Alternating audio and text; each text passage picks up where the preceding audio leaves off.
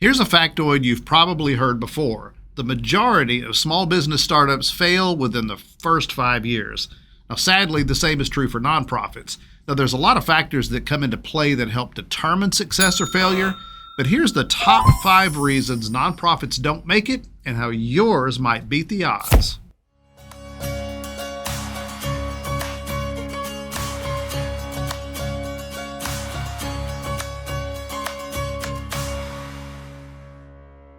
Hi, I'm Greg McRae, founder and CEO of Foundation Group, and welcome back to our 501c3 University channel. Nobody intentionally starts something just to fail at it, but startups, both for-profit and nonprofit, have a pretty dismal failure rate.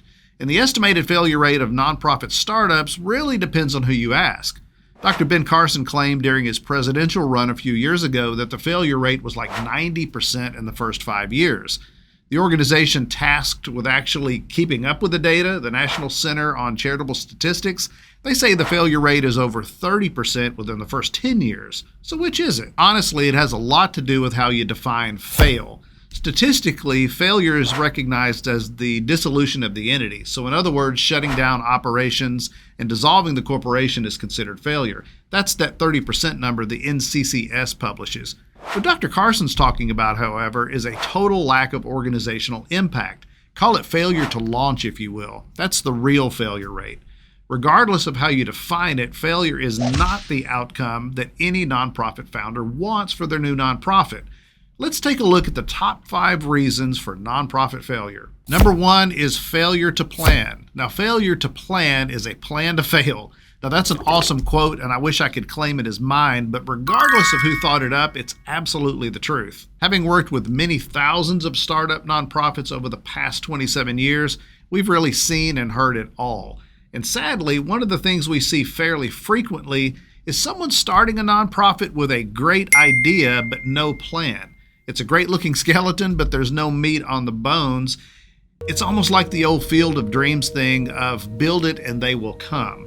The problem is it never really works that way. The reality is this: there is zero practical difference between starting a nonprofit and starting a business, at least when it comes to planning. If you don't have a plan for how you're going to operate, who your target audience is, how you're going to fund it, what technology needs are going to be, and having that locked down, I could go on and on. Your new nonprofit has virtually no chance of getting off the ground. Before you even start, put together a solid business plan.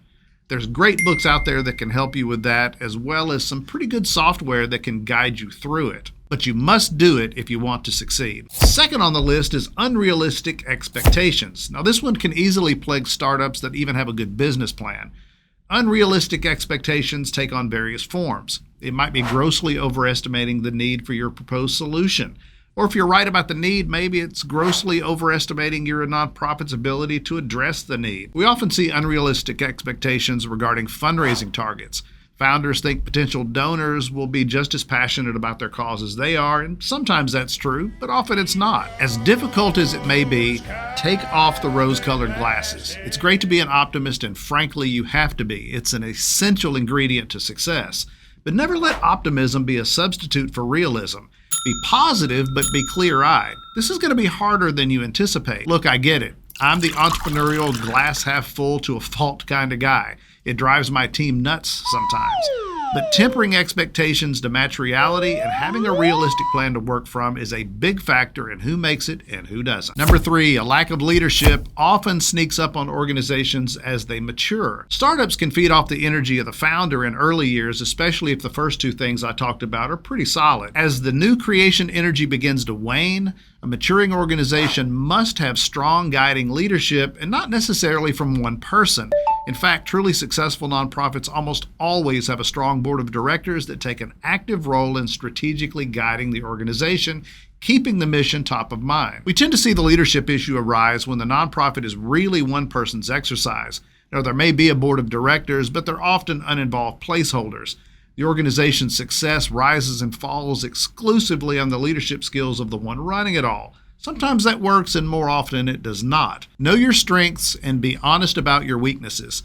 Where you don't possess needed skill, learn to share the leadership responsibility and you will reap the benefit. Number 4 is a lack of money. Now, all of these are really interrelated, and this one is no exception.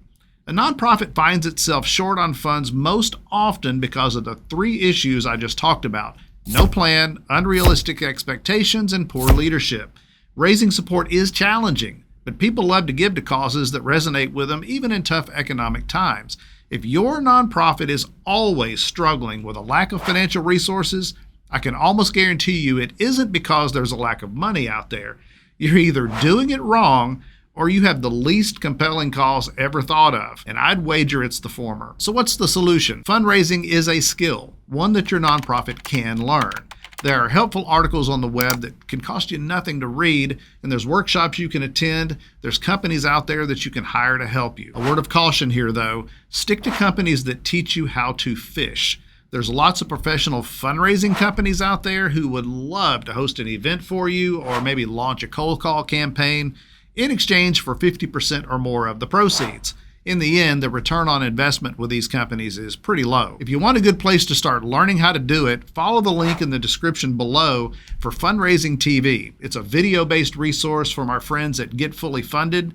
Trust me, you need it. Our fifth and final reason is a failure to adapt to changing circumstances. That's a factor that's always impacted businesses, both big and small, for-profit and nonprofit.